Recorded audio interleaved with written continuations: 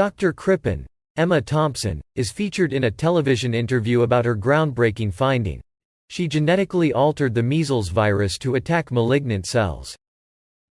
She reveals that every cancer patient on whom her treatment has been tried so far has made a full recovery. 3 years later, the action starts. We see that New York City has turned into a lifeless, deserted city. Roads and buildings are covered in grass, and the highways are lined with abandoned cars. The city is quiet. It appears that the end of the world has come. Will Smith's character Robert Neville and his dog Sam are driving across the empty city.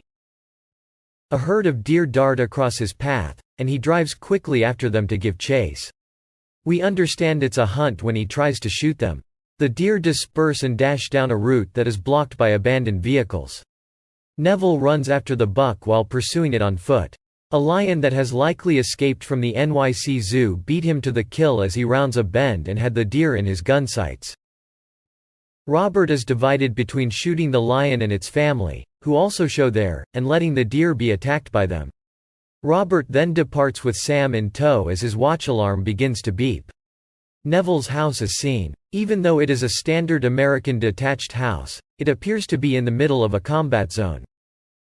Sam and Robert appear to have enjoyed a typical evening of watching television and eating packaged cuisine.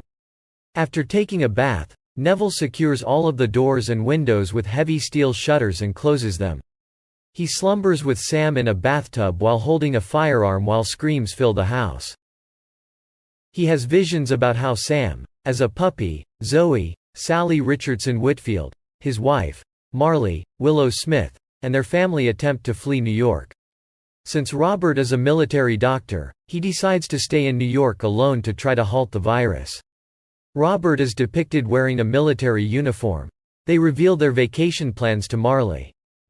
Neville wakes up and interrupts the dream sequence, forcing him to return to his lonely reality.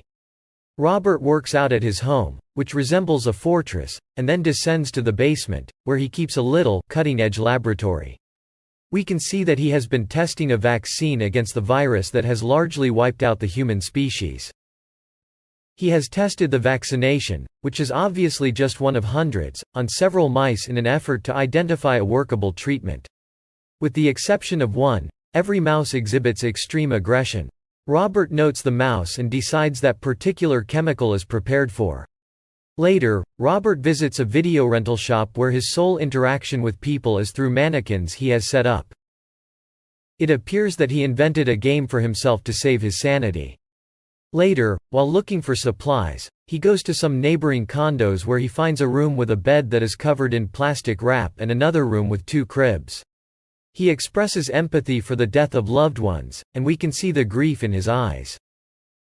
Later, the radio message Neville produced that was broadcast on all AM radio channels is audible. It claims that he is still alive and will be waiting for further survivors every day at noon on the bay's docks.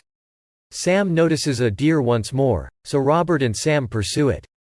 Sam chases the deer after it runs into a dilapidated structure on the ground floor, despite Robert's attempts to stop him. Robert walks inside because Sam isn't coming back on his own. Robert meticulously investigates the dimly lit spaces. Sam and the deer's bodies are discovered by him under an old desk. Then, as Robert is being attacked by an infected man, he leaps out of the shadows and is fatally shot. Sam and Robert both start scurrying out of the building. They are pursued by additional infected as they appear. Both of them succeed in leaving the building after he fights all of them. Mihik, the infected group's leader, screams at Neville before retreating back to the cover of the shadows because he is unable to pursue them because the sunlight causes his skin to burn. Robert quickly sets a trap to capture one of the infected. He is successful and brings the sick female captive, Joanna Namata, to his lab. The woman collapses when he administers the vaccine that made the mouse less aggressive. With the help of an adrenaline shot, he brings her back to life while he keeps tweaking his serums in search of a treatment. In his dreams that night, he recalls the day his wife and child attempted to flee New York during the turmoil of its evacuation. He reenacts the chaos and terror that the city's residents experienced as they tried to flee before the infected took over. With a grave expression, Neville awakens once more. The next morning, he remembers it's his birthday. When he goes to the video store, he finds his mannequins have been moved. During the night, the infected have set the same trap he organized for them the previous day. Neville is caught by the trap and passes out. When he wakes up, he is badly hurt, hanging upside down and bleeding. Sam is faithfully waiting for him. He cuts himself free finally just as dusk falls, but he falls on his knife and impales his leg. The infected leader then appears with infected dogs who attack Robert, but Sam defends him, who succeeds in crawling back to his car to retrieve a pistol, shooting the infected dogs dead. He looks over to see Sam collapse from a bite wound and picks her up and lays her in the car. When he gets home, he puts Sam on a table and injects her with an experimental vaccine. The vaccine fails in helping Sam as Neville realizes her hair begins to fall out and she attempts to bite him, so he is forced to kill her by strangling her as she struggles in his arms. Tears stream down his cheeks as he says goodbye to his only friend. He then goes and buries her in the streets. In a grief-stricken rage, he decides to fight all the infected face to face. He drives his SUV at high speed into the hordes of infected who roam the streets at night. He nearly runs off the end of the pier and crashes. The infected overturn his SUV. Just as he is about to die, a bright light shines on him and he blacks out. While blacked out, he has dreams about the past once more. This time he dreams of the helicopter his wife and child used to escape New York. As it takes off, a nearby helicopter is attacked by infected and crashes into the helicopter carrying his family. He wakes up in his house to Shrek playing on the TV and stitches in his knife wound. The people who rescued him are Anna, Alice Braga, and her son Ethan, Charlie Tahan, who have heard Robert's radio message and went to find him the previous day. Anna explains a plan to leave New York and go to a colony of immune survivors in Vermont. Robert, however, insists that he wants to be left alone and that he doesn't believe that such a place exists.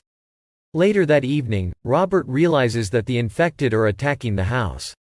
The previous night they had followed Anna back when she rescued Robert.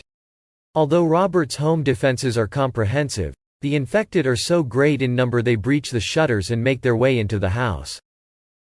Robert, Anna and Ethan retreat to the basement lab. During the hectic fight, Robert has time to realize that the infected female he had captured earlier and tested the virus vaccine on, has come back to her human form.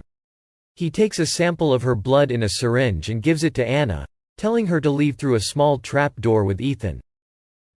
Robert stays back to kill as many of the infected as he can, blowing them to pieces along with himself, including the vicious alpha male who has made a personal quest out of hunting Robert down. Anna and Ethan reach a strange place in the middle of the countryside. The road is cut by a castle-like wall and a steel door. There, some human survivors live in that enclosed community. Anna gives the syringe with the antidote to the human leader of that small community and her voice-over tells us of the legend that Robert Neville has become.